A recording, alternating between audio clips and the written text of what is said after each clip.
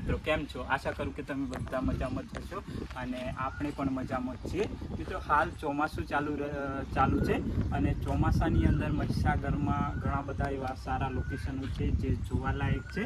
તો તેની અંદરથી આપણે 3 લોકેશન આજે કવર કરવાના છીએ અને હાલ આપણે છીએ રતનપુરાથી જે લુણાવાડા તરફ જે સિંગલ પટ્ટી જાય તે રસ્તા પર છીએ. તો વિડીયો એન્ડ સુધી જરૂર જોજો. પછી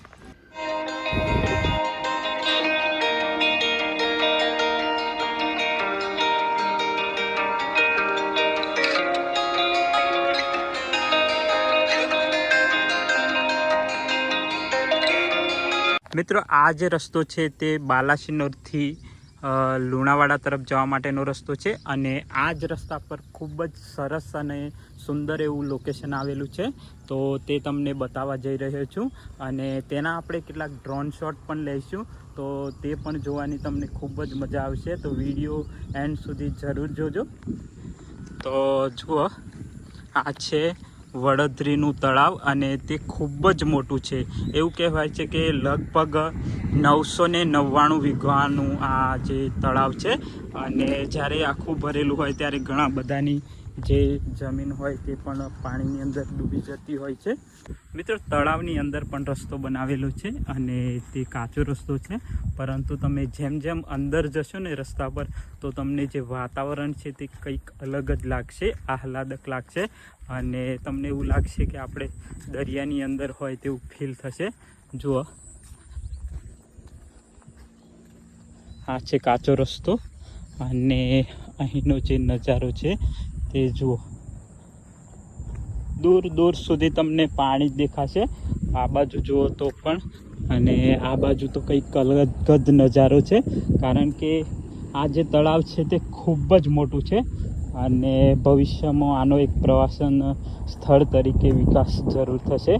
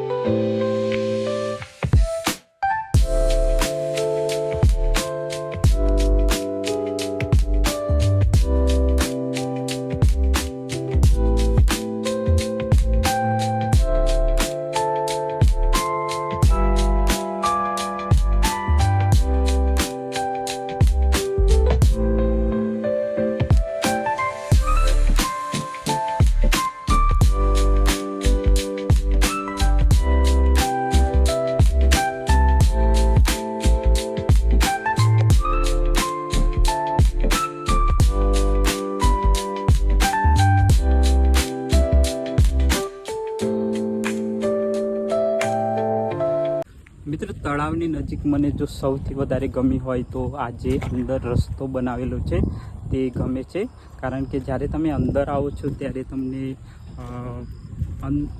ખૂબ જ ઠંડો પવન આવે છે અને વાતાવરણ એકદમ આહલાદક લાગે છે. જ્યારે પણ તમે અહીંથી પસાર થાવ ત્યારે જરૂર આવજો. અને હવે આપણે નેક્સ્ટ લોકેશન છે ત્યાં જઈ રહ્યા છીએ. તો ચાલો. અને મિત્રો, વરસાદ ચાલુ થઈ ગયો છે, એટલે કે ઝરમર ચાલુ થઈ ગયું છે, પરંતુ અહીં થોડો હું આગળ આવ્યો છું અને બતાવું છું. જુઓ,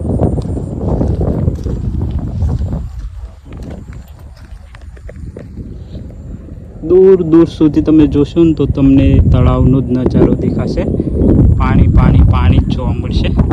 તો ચાલો, હવે આપણે નેક્સ્ટ લોકેશન છે ત્યાં જઈએ.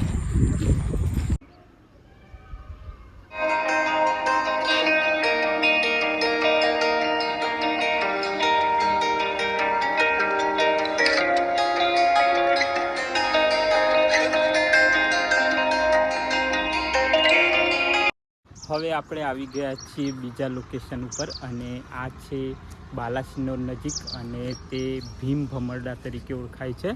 તો જુઓ, આ છે રસ્તો અને આ રસ્તેથી આપણે જવાનું છે. તો ચાલો.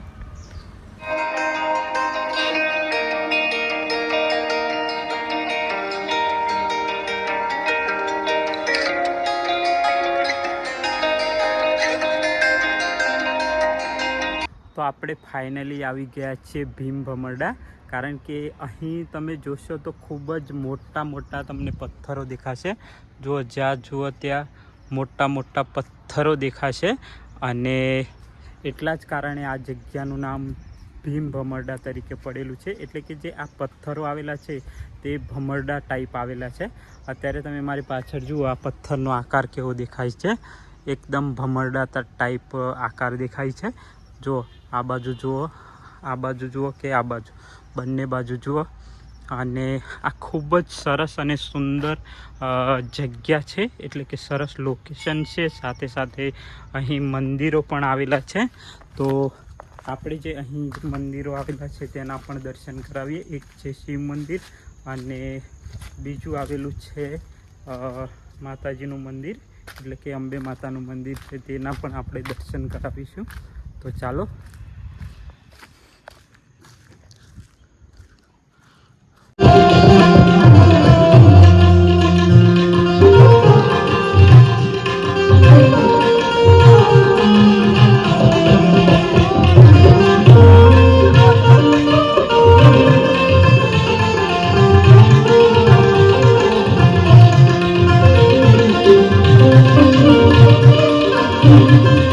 મારી પાછળ તમે જે જોઈ રહ્યા છો તે ભગવાન ભોળાનાથનું મંદિર છે, અને તે ખૂબ જ વિશાળ પથ્થર ઉપર આવેલું છે. જુઓ તમે આ બાજુથી જોજો કે આ છે પથ્થર, આખો પથ્થર છે.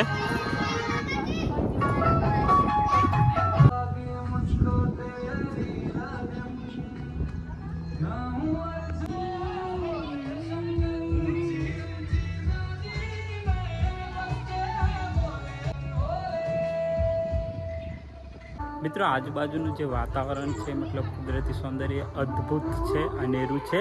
અને જુઓ મારી પાછળ તમે, તથા આગળ જુઓ આ મંદિર કેટલું વિશાળ પથ્થર ઉપર આવેલું છે. અને બીજું કે અહીં આવેલું છે હનુમાન દાદાનું મંદિર, અને એ પણ પથ્થરની અંદર આવેલું છે. તો તે પણ જોયા જેવું છે. તો ચાલો હવે ઉપરનો નજારો બતાવું તમને. તો મિત્રો, મારી પાછળ તમે જોશો તો તમને સુંદર જગ્યા દેખાશે, એટલે કે બેસવા માટે આ જગ્યા કેવી લાગે તે કમેન્ટ કરીને જરૂર કહેજો. અને અહીં આજુબાજુનું જે વાતાવરણ તમે જુઓ, જ્યાં જુઓ તો તમને પથ્થરો અને એકદમ લીલુંછમ વાતાવરણ જોવા મળશે. જુઓ, અને સામે આવેલું છે, આ છે શિવ મંદિર, અને ખૂબ જ સુંદર લાગે છે અહીંયા રહીને. તો આપણે મહાદેવના દર્શન કરી લીધા છે, અને આગળ જઈ રહ્યા છીએ. આગળ આવે છે અંબે માતાનું મંદિર, અને રસ્તામાં જુઓ કે અહીં બાળકો માટે પણ કેટલીક એક્ટિવિટી સુવિધા છે.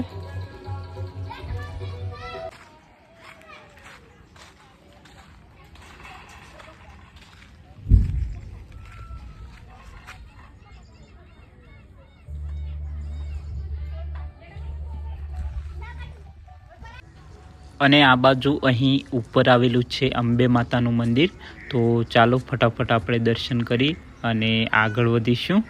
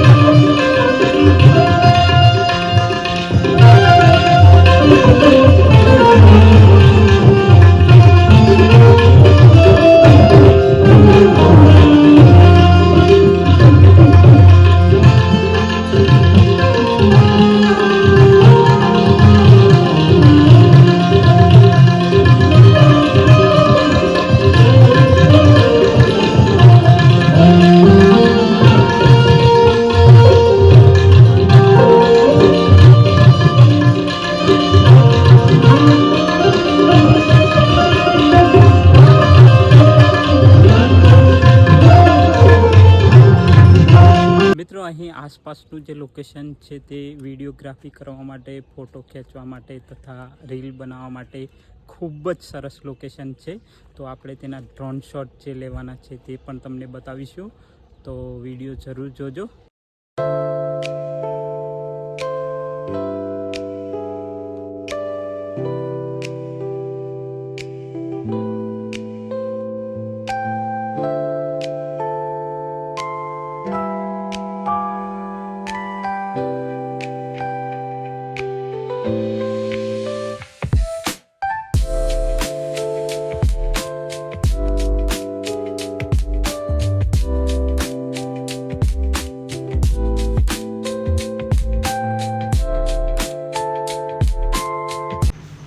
આ મંદિર છે તે સરવરિયા ગામ પાસે ડુંગર ઉપર આવેલું છે અને ખુલ્લી જગ્યાની અંદર આવેલું છે. ખૂબ જ મોટી વિશાળ જગ્યા છે અહીં.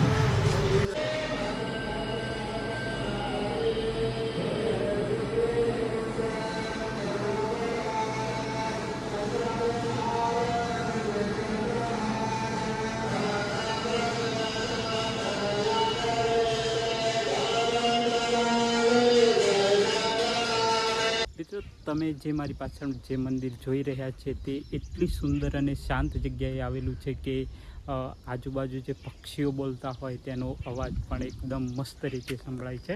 અને તમે જુઓ કે આસપાસનો નજારો જુઓ. આ છે સરસ એવું મંદિર અને પક્ષીઓનો અવાજ તમે સાંભળો.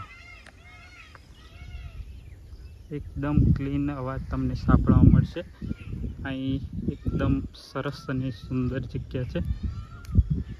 જો સામે મોર છે દેખાય, અને આસપાસનું લોકેશન આ રીતનું છે.